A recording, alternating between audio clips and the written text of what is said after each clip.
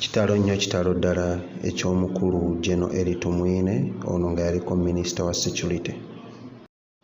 Katulabeko ku bimu ku bigambo General Elly Tumwine bye yayogera oba ebimu ku ebyo bye yasembayo okwogera ng'akyali mu bulamu bw'ensi eno ebyasinga okuba nga byali bya ttunzi era ng'abasinga bamujjukirirako wano wennyini ku mukutu gwaffe tovaako. Kitalo nnyo kitalo ddala.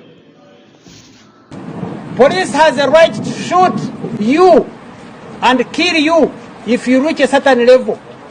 But they do it because it is for the good of the others. There must be empathy and kindness. There must be willingness to help others on a daily basis. Do your best. Recently, I was asked how I was celebrating my birthday, and they said, "What would you tell the world at this age?" And I said, "What a joy it is to love what you do and do what you love, which makes you do your best."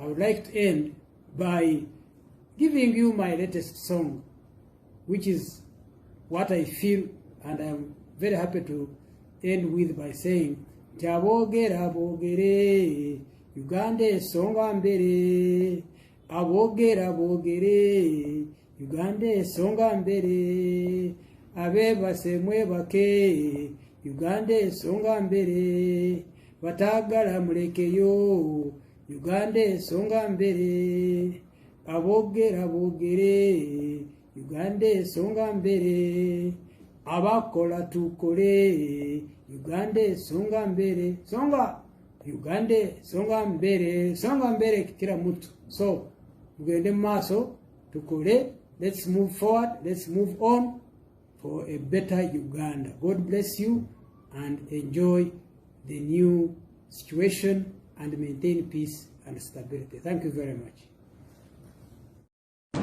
Police has a right to shoot you and kill you if you reach a certain level.